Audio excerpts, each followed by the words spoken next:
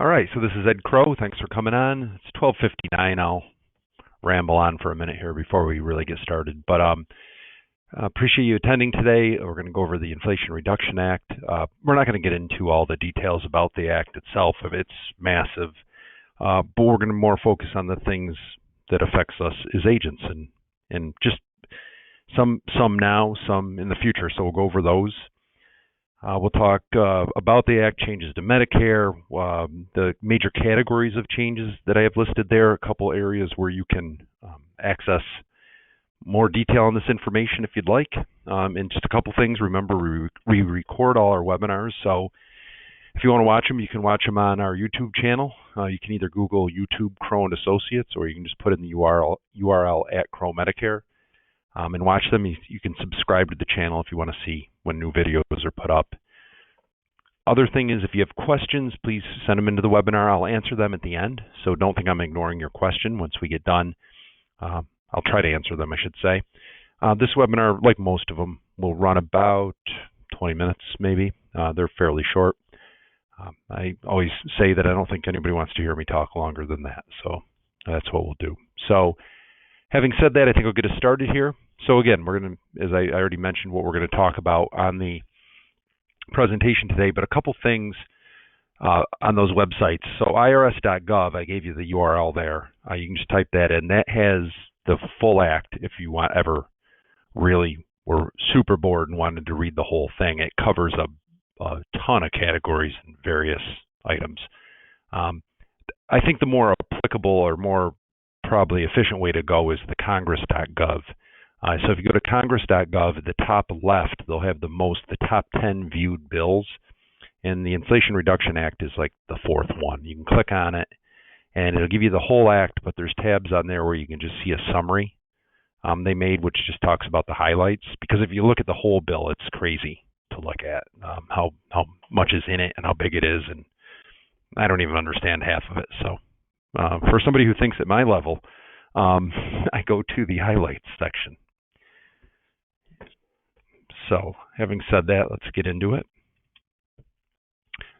Okay, so the Act addresses a whole bunch of areas in addition to Medicare. I'm going to focus on Medicare for obvious reasons today, but it has everything in it. I just gave you a few things. It does a massive portion on corporate tax reform, where it's going to a 15% minimum, excise tax on repurchase of corporate stock, additional funding of the IRS, and it's funny, it's put in there, it says improving taxpayer compliance.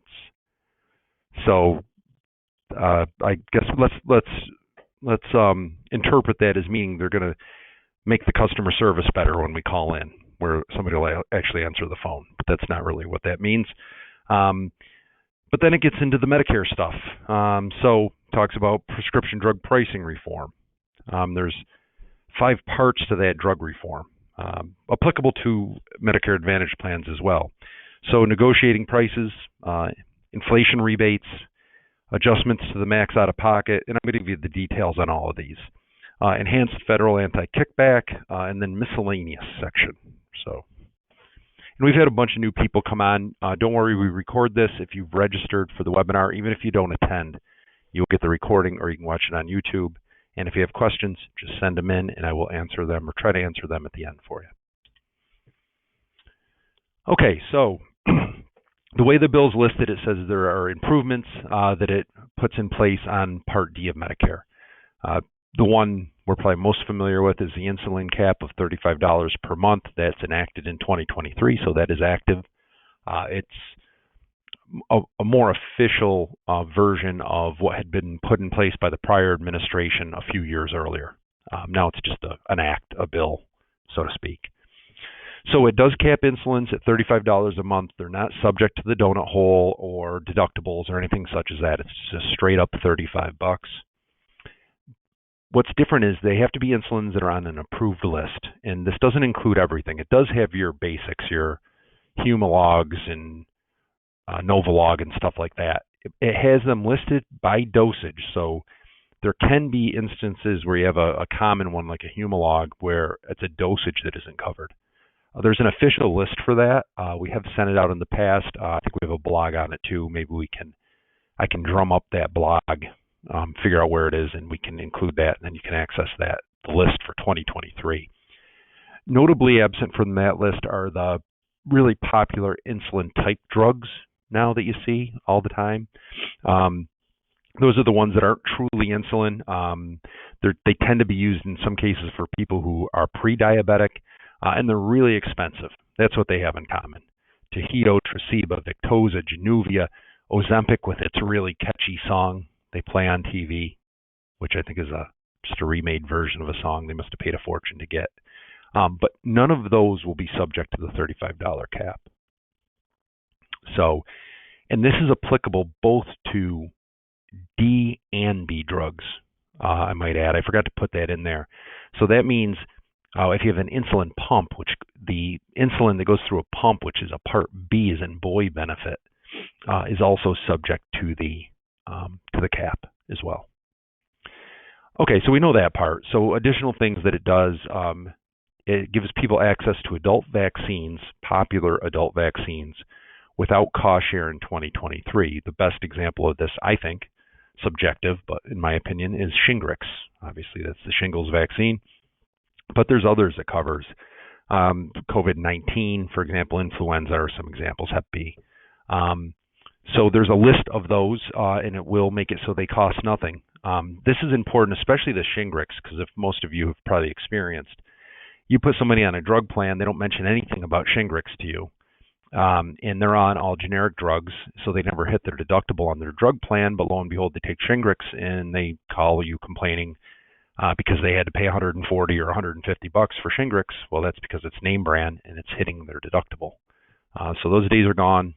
So they get Shingrix. They can Shingrix themselves away now, and they will not have the deductible. And again, this is applicable to both B and D drugs. And again, if you have questions, guys, please shoot them in, and I'll answer them when we get done. The other thing it enacts, and if you want, is the drug price negotiations that start in 2026. You know, even for myself, when I was looking at this, I started to dig into it more because I'm familiar with it, but I didn't really know all the details. It's not as straightforward as one might think. It is. It's fairly complicated. So what it does is the Act removes the non-interference provision. And what that was is up until now, up until 2026, I should say, there's a provision that stipulates that the HHS secretary, is the way it's worded, may not interfere with negotiations between manufacturers, pharmacies, and PDP sponsors. So they can't get involved. They can't influence price like they can on Medicaid. This includes Part B drugs as well. So this allows them to get involved, to start negotiating, but it doesn't start until 2026, and the devil's kind of in the details. When you start to really dig into it, it's spread out over a lot of years. So what's going to happen is in 2026, HHS has the ability to negotiate pricing on 10 drugs. There are 10 Part D drugs that they can negotiate pricing on. It's just kind of more obscure, very expensive ones that they can negotiate for in 2026. Then there's 15 additional drugs they can start negotiating in 2027. And then in 2028, there's 15 additional, I guess I'd say, and those are D and some B drugs in 2028. So those negotiations won't start for a while, and I think it'd be safe to say it starts on a very limited basis in 2026, and then kind of expands from there, but it runs all the way out to 2030. It certainly will not include all the drugs, but it seems to target the very expensive injectables and designer designer drugs, I guess I would say. So also what they say on there is only drugs that are limited to a single source brand name drug without a generic. So again, going back to like Eliquis, which got a patent extension, a drug like that, for example, although I didn't notice that on the list. So what impact will this have on the development of new drugs? That's a big question, and it seems like wherever you go, it's a different opinion. In other words, if they're going to negotiate pricing, they're going to negotiate them way down with their purchasing power.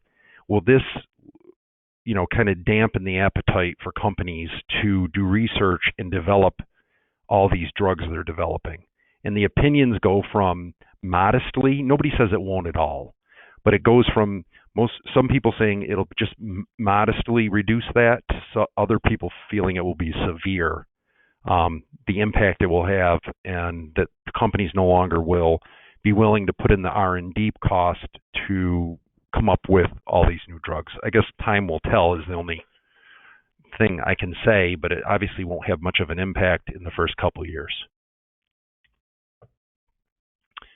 Okay, inflation rebates is an interesting one that's going into effect, or it is in fact, I should say it is in effect as of now, because today Medicare was not able to limit Part B drug or D drug price increases.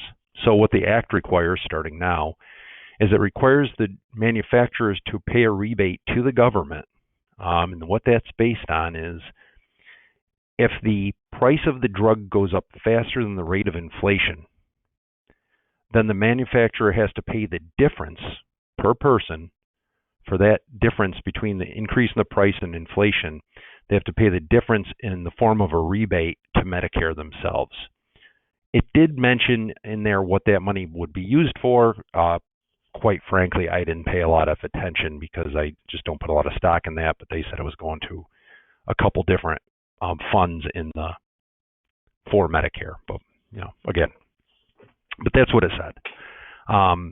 So that's interesting. And there was a penalty as well where if a company does increase the drug price more than inflation and they don't pay the rebate in a timely manner, then they have a 125% penalty that they'll owe later on. So it's a pretty big stick and pretty heavy reason for them probably not to increase prices faster than inflation. Okay, in 2024 then, included in the Act as well, is the cap on out-of-pocket spending.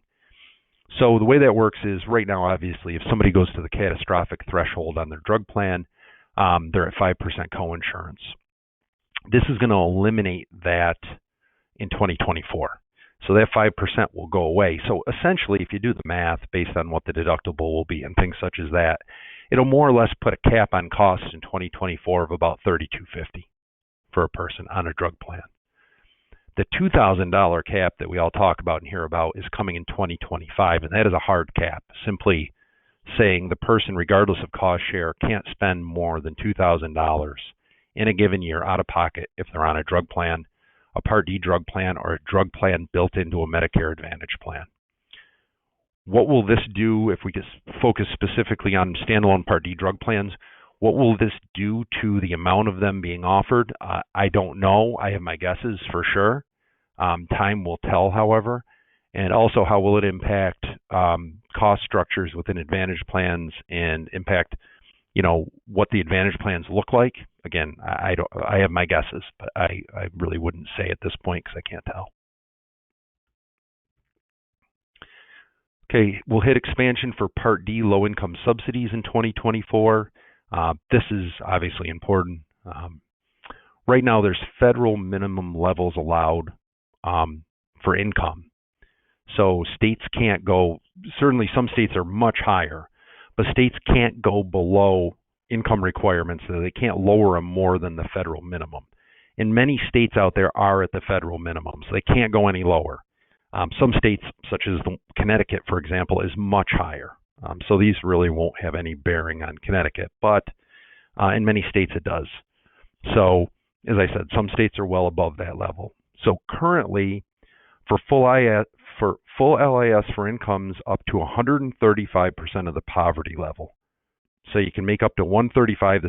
If you make below 135% of the poverty level, you are eligible for full LIS, and states cannot make it any lower than that. There's also a resource limitation on that, and again, some states use that resource limitation. Others don't have it at all or are way above that, but this is the minimum. They can't say resources have to be lower than $9,900 for an individual or $15,600 for a couple. Then you have people who have partial LIS, Slim B, ALMB kind of thing. And the lowest a state can go is 150% of the poverty level, and the lowest they can go on resources, assets, in other words, is $15,510 for an individual, $30,950 for a couple. And again, keep in mind, those are the minimums. So many states like Connecticut, New York, just up to theirs, they certainly will have limits that are much higher than the government minimum. So this change will really have the most impact on states that are at the minimum currently. In other words, it's just going to make a lot more people eligible for LIS in those states that weren't currently. And this is going into effect in 2024. So the Income Reduction Act, I called it IRA for the first time there. It's just, but I said both, so it didn't really save me any time. The Income Reduction Act increases the level to 150% for full LIS benefits. So that's the change, 150%. So instead of, if we go back for a minute, instead of being 135% for full LIS, the lowest they'll be able to go is 150% of the federal poverty level in 2024. And it also increases the resources to the partial LIS limit. So again, going back, it used to be, right now it's 9,900 single, 1,560 for a couple.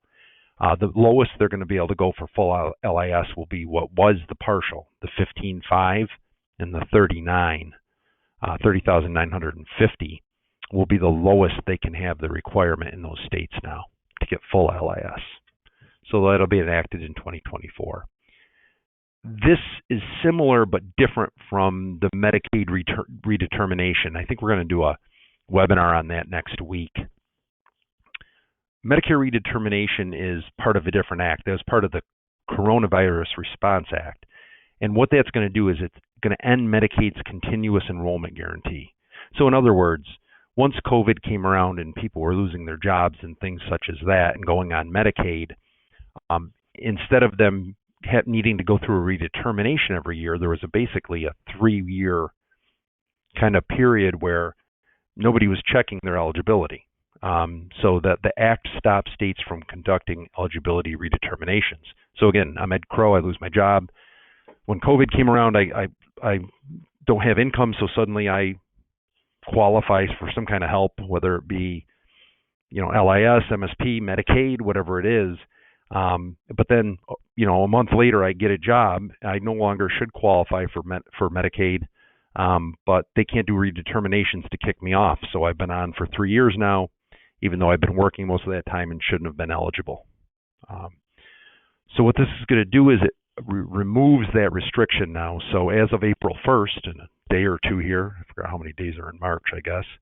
But as of April 1st, states will again be able to start redetermining people, and most of them plan to do it. They've already been talking about it, in fact.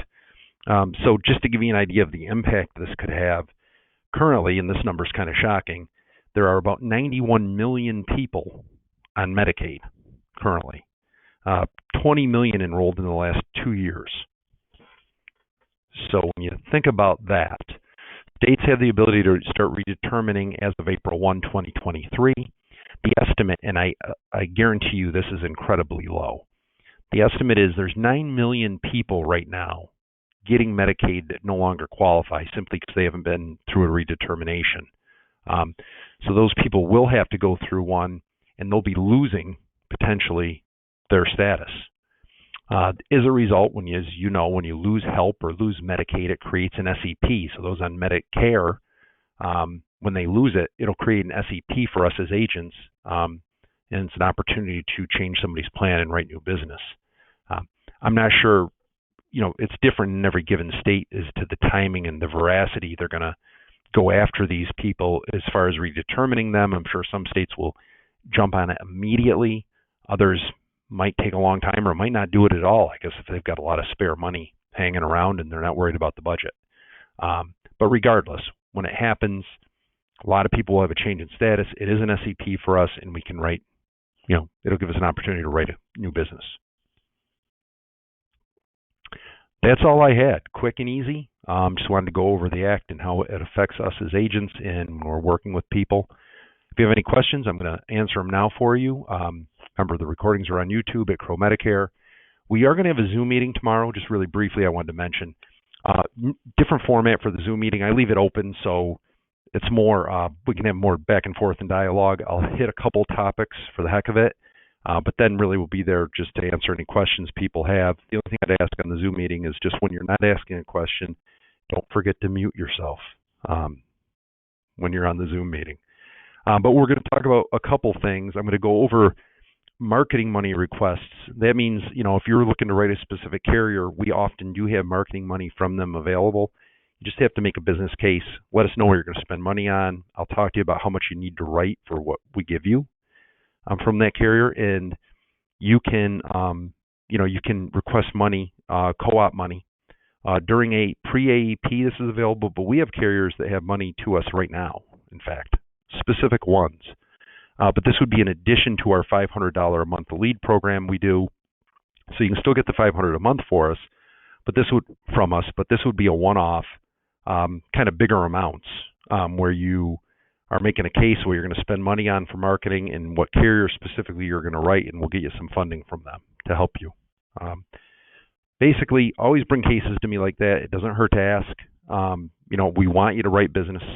Crowe makes money when agents make money. So if we have marketing money from carriers, we're happy to share it. And feel free just to reach out to us to talk to us about scenarios. I'm also going to talk about, I hope, tomorrow I'm going to go over details of our new agent portal. It's a portal that every agent with us will have. It's pretty amazing the stuff it will be able to do. We're looking to roll that out in June or July and have it live by then. So I think I'm going to go over highlights about that. I said I think because there's an NDI on that. NDA, rather, I should say, a non-disclosure agreement. So I got to make sure I can talk about it without saying the company's name. But I'm pretty excited to share that with you. So let's see if we have any questions, and I'll stop rambling for the day. Wow, we have none. So, okay, I will wait a second here to see if any come in. But if there's no questions, that's fine. If you have any in the future, feel free just to give us a call. We'd be happy to answer those for you. And other than that, I don't see anything coming in for questions. So appreciate you joining us today. We'll do another webinar next Wednesday. Please feel free to join us for the Zoom meeting tomorrow. If you haven't received the invite, it's probably going to your spam or your junk file. Just let us know, and we will get that email over. Oh, you're welcome, George. So George did. I guess that's more a statement than a question, George, but thank you. I'm happy and good to see you were on. Shannon as well. You're welcome. And I hope everybody has a great day. Thanks. Talk to you tomorrow, hopefully. Bye.